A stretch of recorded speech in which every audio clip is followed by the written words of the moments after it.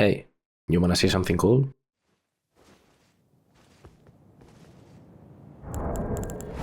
Hey!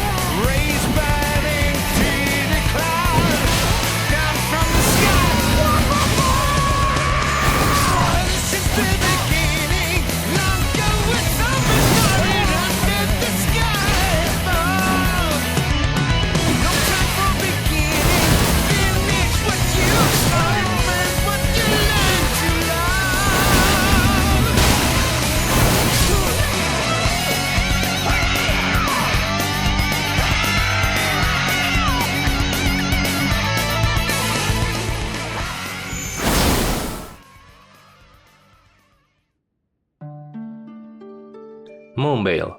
One of, if not the most, hated weapon of Elden Ring. Moonveil, of course, Moonveil. What's he gonna do? Just spamming it, over and over and over, just spamming it. If you feel identified by the shown footage, let me tell you that you are using it wrong. I don't know what I'm doing! As appealing as it might be to your monkey brain, spamming Moonveil is the same as eating soup with a fork. You might catch some of the tense stuff, but the slippery parts will just slip away. So how do we do it? How do we make good use of Transient Moonlight while being a respectable member of society? Well, there are some things you can do.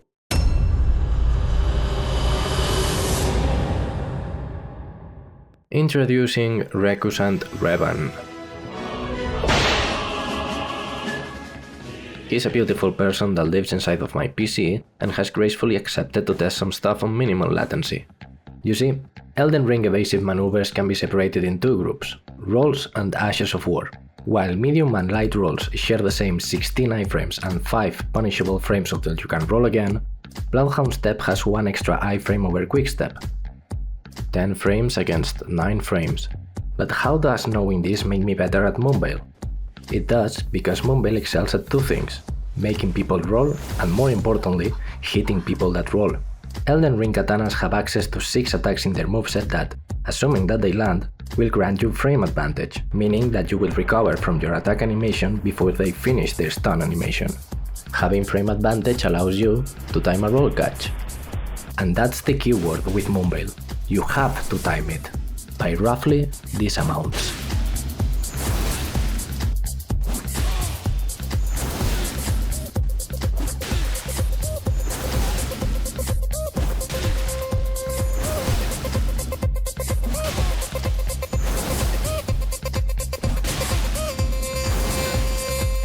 Once you get the timing down, you'll realize that you can catch anything in any direction. And when I say anything, I mean anything.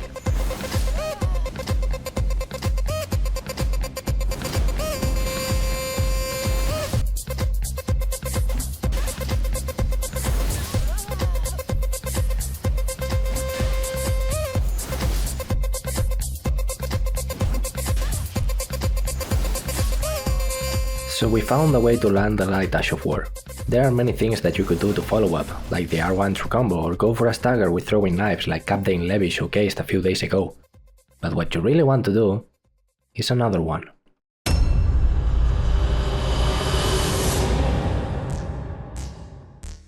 Let's begin this segment talking about stun recovery times. Different damage levels come with different stun frames. General rule of thumb, the bigger the weapon and the heavier the attack, the longer the stun recovery. For example, light weapons such as katanas inflict damage level 1 with R1s and damage level 2 with things like running and jumping R2s. For the most part, damage level 3 is reserved to the colossal category. There is a very delicate line here between hit stun recovery frames, attack recovery frames, and stun degradation that prevents you from getting staggered to death and rule out of potential infinite chains. Here is where Moonveil breaks the rules and makes you hate it. You see, somebody at From HQ decided that he really likes Moonveil, so he added a tier 3 stun to the bullet part of Transient Moonlight. That's no bueno. The problem of adding a long hit stun to a really fast recovery attack is that you can do things like squeeze another R1 before the stun finishes. But, and this is a big but, you don't want to do that yet.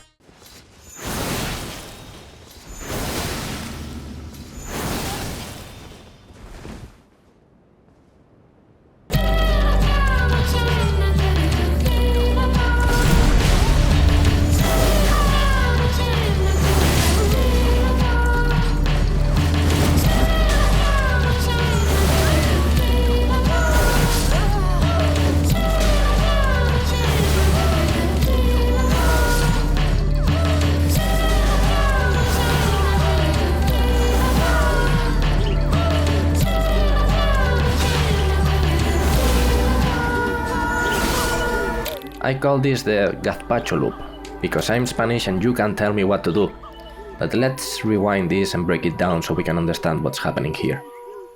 After hitting Transient Moonlight Light Ash of War, two things happen. You inflict level 3 stun on your opponent and you undergo 16 recovery frames until you can reverse backstep. After that, you start sheathing. Here is the crucial point. After entering stance for 4 frames, their stun finishes. Now, if they have queued a roll during the stun animation, your Transient Moonlight will land. You will catch the second punishable frame from the panic roll, without timing, without anything.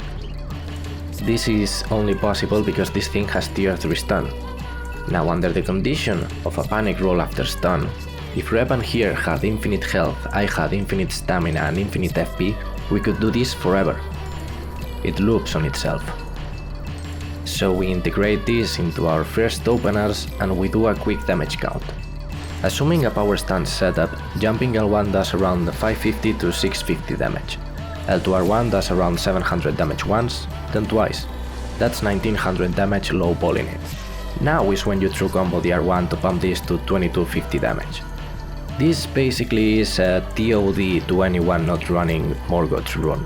I call this thing the White Whale, because like Captain Ahab, you'll be chasing a theoretical last hit that you might never see because people are allergic to level vigor over 40 in this game.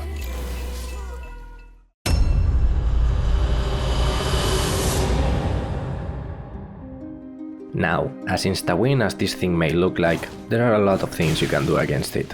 Unfortunately for you, the White Whale has a counter to your counter. So let's run down every scenario possible. This is the best scenario, we already know what happens here, you go to the next step. At this point in the game, everybody knows that trading with Moonveil is a bad idea. There is no amount of hyper armor in the world that saves you from stagger, and you're getting level 3 hit stun, so I have priority to mash into you. Just beware that really fast setups will interrupt if you're timing for a roll catch. You have to read the mash out of stun with fast weapons and queue Transient Moonlight to actually trade. Exceptions for this rule are extremely fast attacks like Spiked Sisters, 200 R2 or daggers if you don't have enough poise. Another scenario where you have to make a hard read. If you don't, you'll get punished. What you should do is change to L2R2 instead of L2R1. Now here's the issue. Most likely you just hit with the blade, dealing low damage, but knocking down your opponent and opening for a backstab.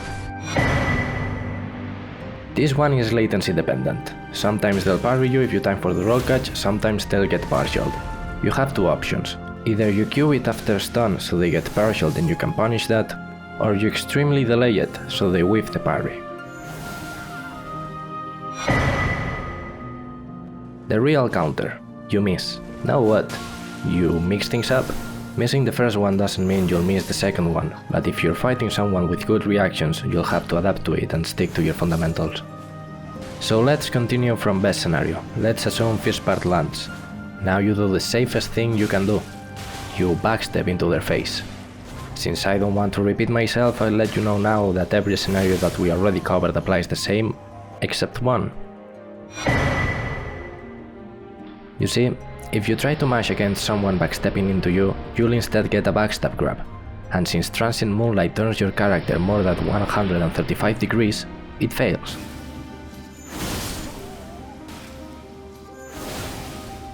This is extremely consistent except on high latency, so get a grasp of it if you don't want this to happen.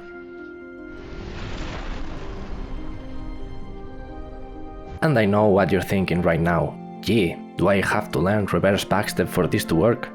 If I'm being honest, no.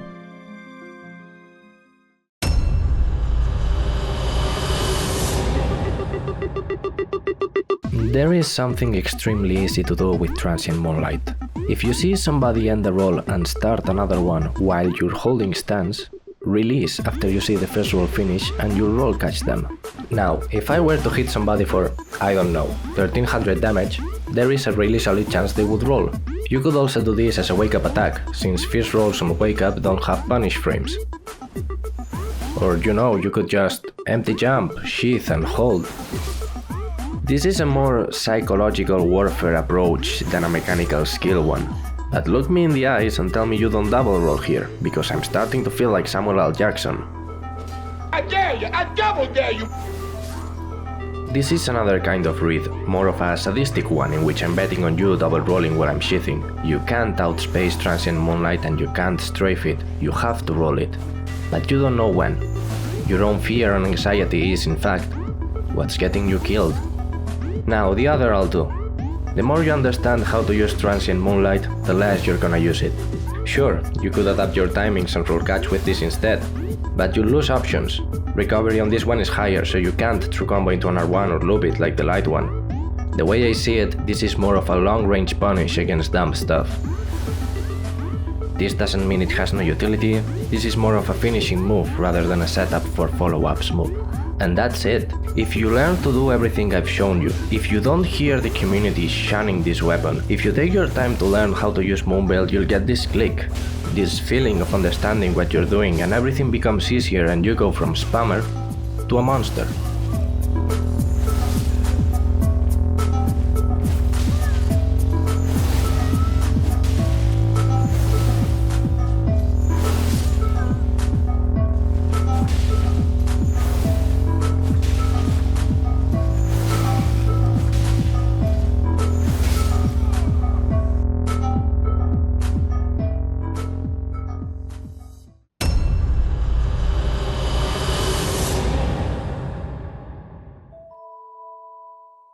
So I played the two builds here, 125 and 150. The only real difference between them is the amount of int, and as you can see, it doesn't really matter. For talismans, Alexander Shard is a must, then I suggest multi-hit ones, since first Transient Moonlight roll catch triggers level 1, but they're not mandatory, they're just a nice plus. Now this is my issue with Moonveil. I love it. It was my first playthrough weapon and it's my comfort pick to go with invasions, so I feel kind of offended when people use this without knowing the amount of depth this weapon has. I see the community asking for nerfs every so and so here's my take on that. Remove tier 3 stun for the L2R2 and increase the recovery on it. You should be punished if you miss this attack and you shouldn't be as rewarded for landing it. The rest is really fine. And if you think that's a dumb take, let me remind you that this weapon coexists in the same game as Raptor Claws or Power Stanced Straight Swords. And that's all I got. I'm done. GG's and stay safe.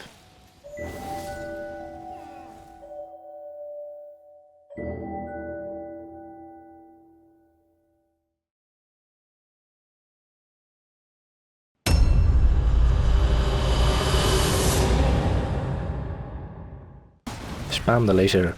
Things die when you spam the laser, so spam the laser.